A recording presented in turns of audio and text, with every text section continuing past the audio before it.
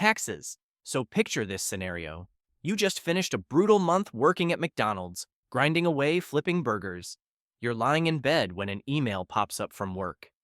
Says you earned $3,000, but when you check your bank account, only $2,345 showed up. You look at the pay stub: federal income tax, state tax, Social Security, Medicare. This is the modern-day routine of handing over a piece of your paycheck to invisible systems, and somehow you're supposed to be grateful. Here's the reality. Taxes are what keep society running. You contribute, the government constructs infrastructure, supports education, ensures your go-to food truck isn't crawling with vermin, and launches billion-dollar weapons to countries you can't even locate on a map. But taxes come in different forms. Income tax, which takes from what you earn; sales tax, which takes from what you purchase; capital gains tax, which takes from what your stocks earned while you were sleeping. The government grabs a portion of every single dollar. Almost everybody also contributes to Social Security and Medicare taxes. Essentially, Social Security tax is the government making you put away money for when you're old. They make you save right now, and you receive it back gradually after you retire. Medicare, though, is a healthcare tax that supports elderly citizens or individuals with major health conditions. Then there's filing your taxes. Oh man, the government already knows your bill, but they make you figure it out yourself. How fun! Get it right, you're good. Get it wrong, you're screwed. Regarding actually paying taxes, some folks pay quarterly, others pay annually. And then you've got those people who skip paying entirely and wind up featured in crime documentaries. I know taxes suck, but they're not entirely terrible. Nations with higher tax rates typically have better overall quality of life. Banks.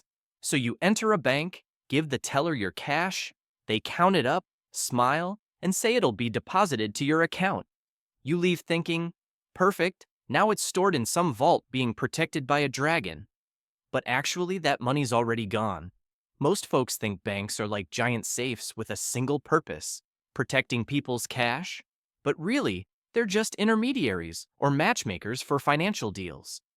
When you put in that $1,000, the bank grabbed $900 of it and handed it to someone buying a jet ski. This system is called fractional reserve banking, which operates on the principle that they only need to actually hold a fraction of deposits because everyone won't show up simultaneously demanding to pull out 100% of their money. Unless it's 2008, obviously, when crowds formed to empty their entire accounts, causing the whole system to collapse banks' profit by loaning your money at higher interest than what they're paying you. That's basically it. You're the money supply, and the borrower is the demand banks convince you to deposit your cash for several reasons. It's way more convenient and easier to use a card or transfer money than lugging around physical cash constantly. They're literally compensating you for storing your money with them through interest. It's much more secure keeping your money at a bank than in a shoebox under your bed. In America, most banks guarantee up to $250,000 per individual, which means, regardless of what happens, the government promises your money up to $250,000 is protected. Interest. Picture this. You borrow $1,000. You need to repay $1,280. How come? Because of interest. Interest is money's method of charging for existing in another person's possession. When you take a loan, interest is the cost for using somebody else's funds. When you save or lend, interest is your prize for being disciplined and patient. There are two primary kinds. Simple interest is basically, here's a fixed charge. Thanks for participating. Compound interest is every dollar I loaned, you now multiplies, and those copies also demand payment. Say you're facing 20% interest on your credit card. You skip a payment. Now your interest starts generating more interest. Before long, your $12 burrito transforms into a $50 mistake.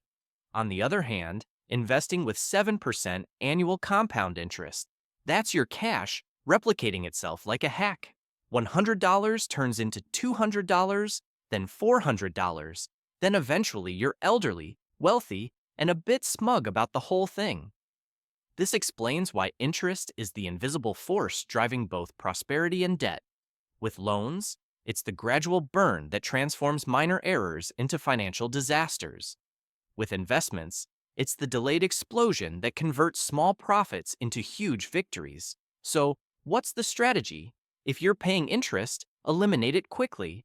If you're collecting interest, leave it alone, nurture it, and be patient. Interest is either your biggest threat or your most valuable unpaid worker. The decision lies in who's receiving it. Inflation. All right, so you purchased a bag of chips, rip it open, and it looks like someone already ate half of it. You look at the receipt, 30% more than last time. Then it hits you. You just experienced inflation. Inflation is what occurs when currency gradually loses value as time passes. Not suddenly, not dramatically, just a steady decline. Your $5 bill is technically still $5, but it purchases fewer instant noodles, less gasoline, and doesn't possess as much actual worth as before. So, what really triggers it? Sometimes folks simply have excessive money. Everyone's loaded with cash, and they all want to buy the same products. Say 2,000 customers want this $500 TV, but the store only has 1,000 TVs available. So, the store says, "Oh, demand is crazy for this TV. That'll cost $800. Other times, it's supply chains experiencing disruptions or issues, increasing production costs for goods or services, meaning prices for those items must increase, or sometimes just psychology. Expectations themselves can trigger inflation. If consumers believe prices are climbing, they'll purchase more immediately, pushing prices higher faster. It's an economic self-fulfilling prophecy. Some inflation is typical, even beneficial. 2% annually, that's acceptable, predictable. But when it jumps, savings get destroyed, paychecks fall behind the government attempts to combat inflation. When this happens by increasing interest rates. When the government raises interest rates, consumers pay more interest or borrowing becomes more costly, meaning they have less cash to spend on items like TVs. This triggers a decrease in overall spending, essentially slowing down the economy. Recessions. A recession happens when the economy shrinks for at least 2 quarters or 6 months in basic terms. Everything seems fine, you're employed, expenses are covered, you might even be organizing a family vacation, but then suddenly there's mass layoffs. The stock market keeps dropping.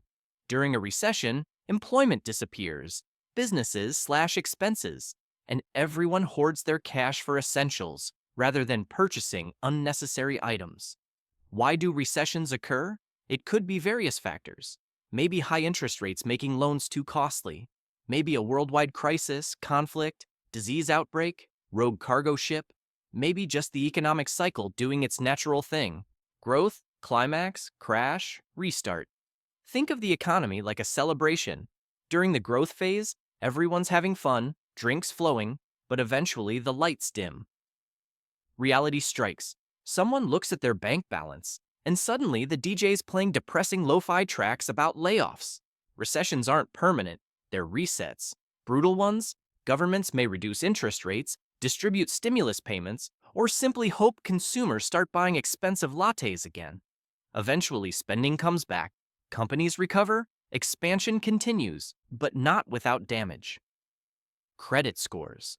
A credit score is a mysterious algorithm that knows your identity, your history, and how many times you were late on your credit card in college. A 3-digit figure that determines whether you qualify for a home, a vehicle, or a devastating 27% interest rate on your new TV. This number isn't about how much you have, it's about reliability. Lenders need to know, if I loan this person cash, will they actually return it? The score ranges from 300 to 850, on under 580, you're a major warning sign.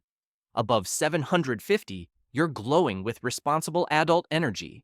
Most people land somewhere between 640 and 790. How does a credit score get calculated? Payment history? Do you pay when you're supposed to? This is the major factor. Credit utilization. How much available credit are you actually using? Credit age. How long have your accounts existed? Credit mix. Cards, loans, home mortgages, diversity matters, new credit, too many recent inquiries.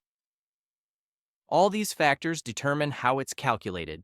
But to actually boost your score, you need to make required payments on all your debts before hitting the late period. If you go late, your score drops. Your credit score is like owning a pet dog. Neglect it, and it ruins your entire life. Maintain it properly, and eventually it might help you purchase a house. It's not about actually being financially responsible. It's about appearing trustworthy to lenders. You can be debt-free and still have a terrible score if you lack credit history.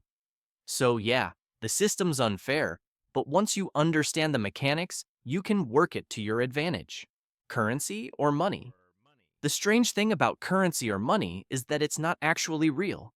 Humans invented money to improve the world. Money simplifies trading, makes it simpler to create systems and structure society. With that said, there's no more legitimacy between a dollar bill and a Bitcoin. People think a dollar bill has more legitimacy, and perhaps it does currently, but only because people think it does. The same applies to a dollar bill and a stick. The sole reason a dollar bill can purchase something while a stick cannot is because we as a society have decided that a dollar bill holds value while a stick doesn't. So how does money really function? Well, the government produces it, the central banks control it, and regular people exchange it for goods or services. The reason banks must control it is that if the government creates too much, then inflation happens, and everyone's currency becomes worthless play money. If the banks restrict it, so there's insufficient money, nobody can afford necessities. Currency or money is a social invention based on collective belief and confidence. Investing. So you understand what inflation is now, and the most effective method to fight inflation so your money doesn't lose value is investing. Investing is what occurs when your money stops sitting idle and starts earning for you. Rather than exchanging your time for money, you're exchanging money for additional money. The catch is, there's risk attached. What can you really purchase? Stocks. Small ownership pieces of corporations. If the corporation expands, your piece gains value. Bonds, essentially, you give money to a government or corporation and they repay you with interest funds, bundles of stocks, and bonds. So you don't need to pick individual investments one at a time. Real estate, property you hope tenants pay to occupy forever. Obviously, there are other options, but these are viewed as the primary ones. Investing isn't about getting lucky. It's about starting early, spreading your money around, and staying patient. Most rich people didn't hit the jackpot. They simply allowed compound growth 30 years to work its magic. And yes, investing includes risk markets rise, markets fall. But the genuine risk isn't losing cash. It's never investing and letting inflation silently rob your future. Value. This concept is more complicated, but everyone needs to grasp it. Picture picking up a rock. It's simply a rock. Now, picture that rock is shiny and yellow, that's gold. It's scarcer than a typical rock, so we assign it higher value. Gold isn't truly worth more than the typical rock. It's just worth more to people because we assign it greater value. Grasping this is what enables people to get rich. If you deliver significant value, you'll make significant money. Steve Jobs invented the iPhone you're probably using to watch this right now. He built something with enormous value, so millions of consumers gave him thousands of dollars for that value. It's the identical reason doctors and attorneys make so much money. The value they deliver is substantial, and people willingly pay large amounts for their expertise. Value is the same reason Gucci or Louis Vuitton can sell an identical handbag as Target, but charge 100 times more. Consumers perceive it as more valuable, therefore it is. If you can discover how to generate value, even if it's perceived value, you can earn substantial money. Time. Time is the most precious resource in existence. And the amazing part, nearly everyone begins with plenty of it. You likely have a ton remaining, but nobody receives an infinite amount. Most individuals have jobs where time gets exchanged directly for cash. 1 hour, one payment. Basic math. The highest earners have discovered how to make their time worth millions. And the distinction isn't luck, it's abilities, leverage, and how effectively you've trained your hours to benefit you. But nowhere does time perform better than in investing. There is no stronger force in building wealth. Not chance, not salary, time. Because wealth isn't created in days, it's created in decades. Money that sits quietly invested doesn't just increase, it reproduces. Slowly initially, then rapidly. That's why average people with regular paychecks can retire as millionaires. They didn't cheat the system, they utilized the system. A small amount of money invested regularly given sufficient time transforms into a fortune.